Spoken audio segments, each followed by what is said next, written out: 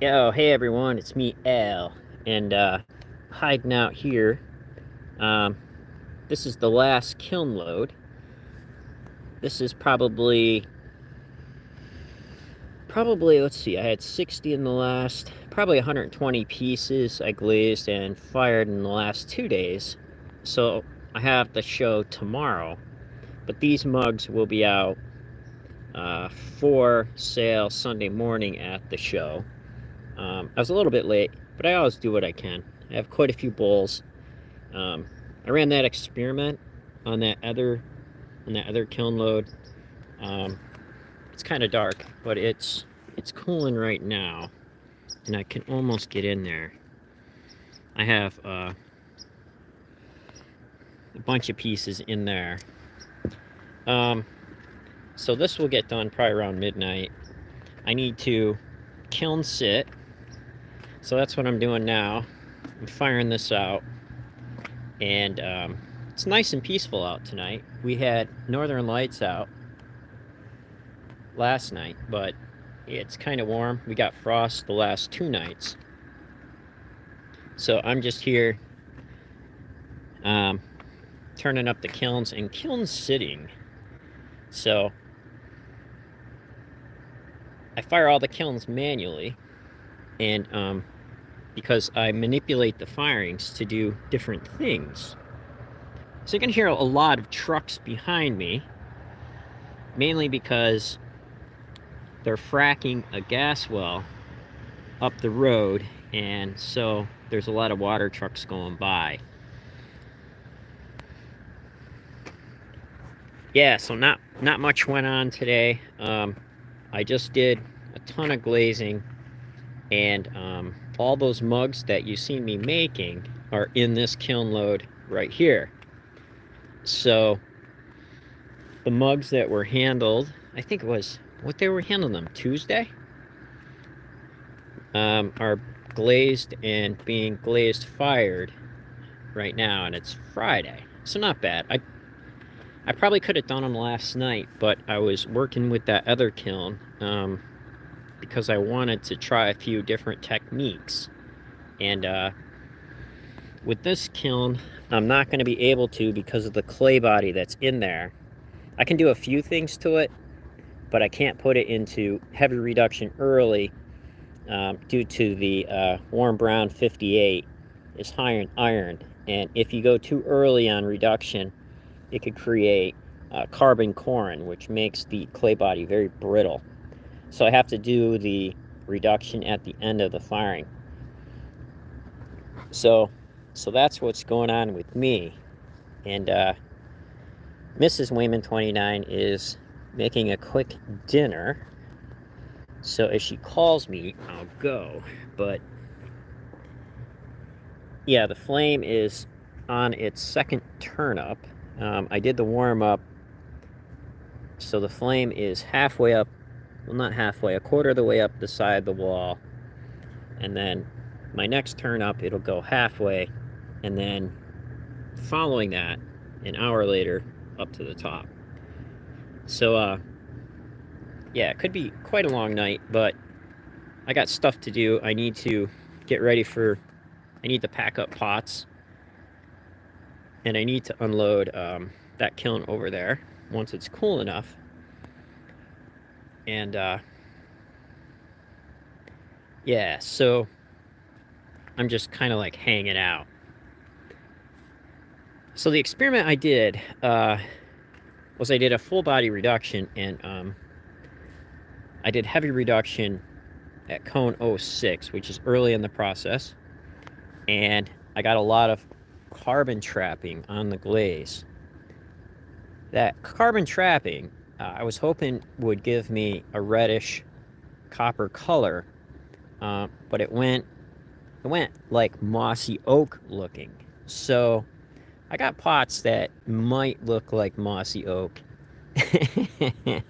because smoke lines are going to be in those things and bowls. But I wanted to try the experiment because I never did it before, and I think that it could work better with an iron glaze. So I think that would look awesome. So some of the shade bowls would look awesome like that if I could get a deep red with smoky lines running through. I think shavers would like that. Because I already had one come out like that. I just needed to repeat the process in large quantities. Yeah. So I'm just sitting over here, taking a break in my chair. And I just got done. That's my glaze table there. And that's my cry pile over there. I've been cleaning up a little bit. The place looks like a junkyard. And I have a show coming up at some point. After tomorrow, I have one next weekend here. And so I need to get the pottery shed ready for that. So hopefully everybody's having a great night, and hopefully, hopefully you have some projects going on today also. And it's always good to try things that may not work, and find out what you can get away with and what you can't, right? So even though not everything turns out, the things that do turn out, you can learn from. And I don't know any other makers in the area that do the kind of work I do with the kilns, that get the types of effects on the pots. It's mainly straight in, fired out, straight out, rather than mess around with it. So that sky looks beautiful out there tonight, and so hopefully where you're at, you're having a decent night. So I'll take you up close on the kiln, and I'll show you what the burners look like underneath there. And I think you can see it. So look, you all are getting a tour of the kiln. So that ring there is the pilot, and then those bigger burners right here light up. So that's how the kiln runs. And then as I do incremental turn-ups, those burners fire hotter, right? So it's just basically like a big old gas stove, you know. So that pilot ring will stay on the whole time. Has a nice sound to it. So run the kilns off sound too, and smell. If I have too much gas in the kiln, I can tell because I can smell the reduction or the gas not being burned properly. So there are a whole bunch of things that you look out for when you're firing a gas kiln.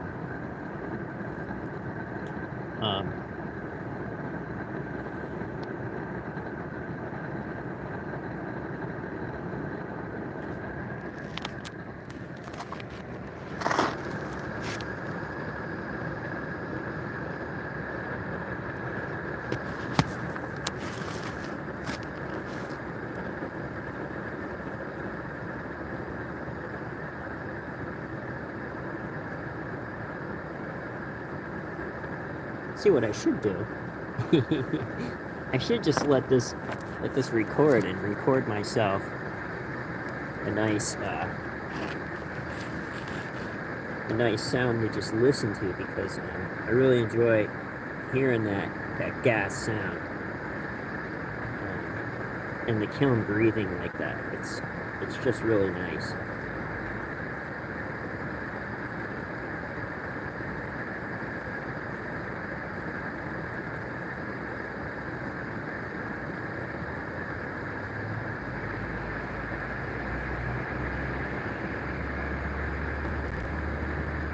So this will be a 6-hour firing, and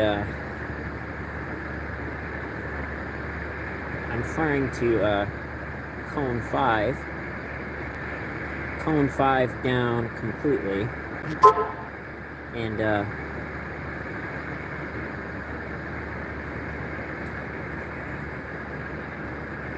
there's a temperature difference between the bottoms and the tops, so I need to be sure that the bottom fires out correctly too. So I have a cone down there, and when that falls, I'll shut the kiln down.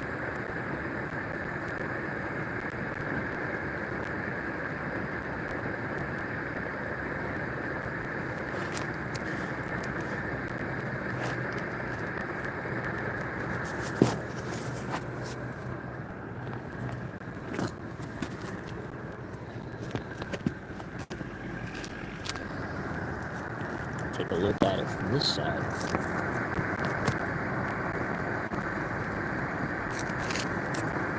So you can see how the burners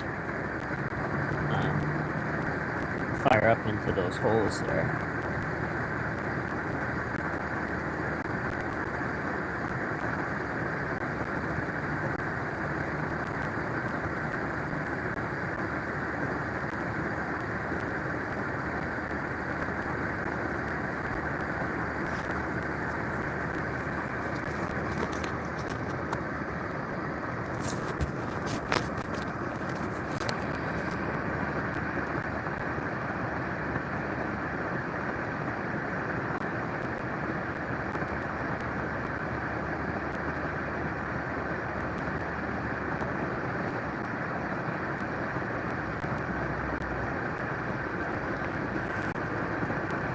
So that's what we're working on tonight.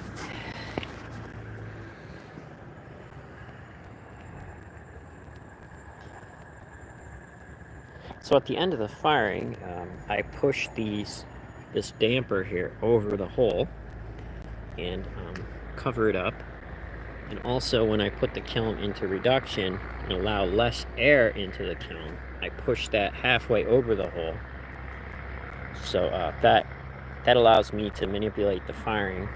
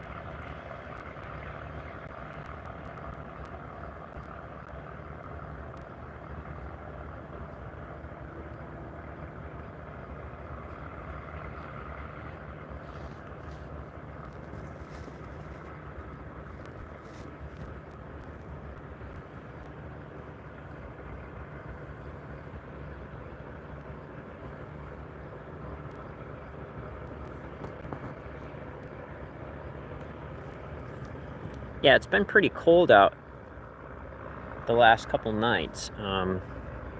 We've gotten frost the last 2 nights. But, alright, so maybe when I unload the other kiln, I'll come back on and show you what pots came out of it. Alright, friends, take care, and remember, if everybody's thinking alike, then somebody isn't thinking.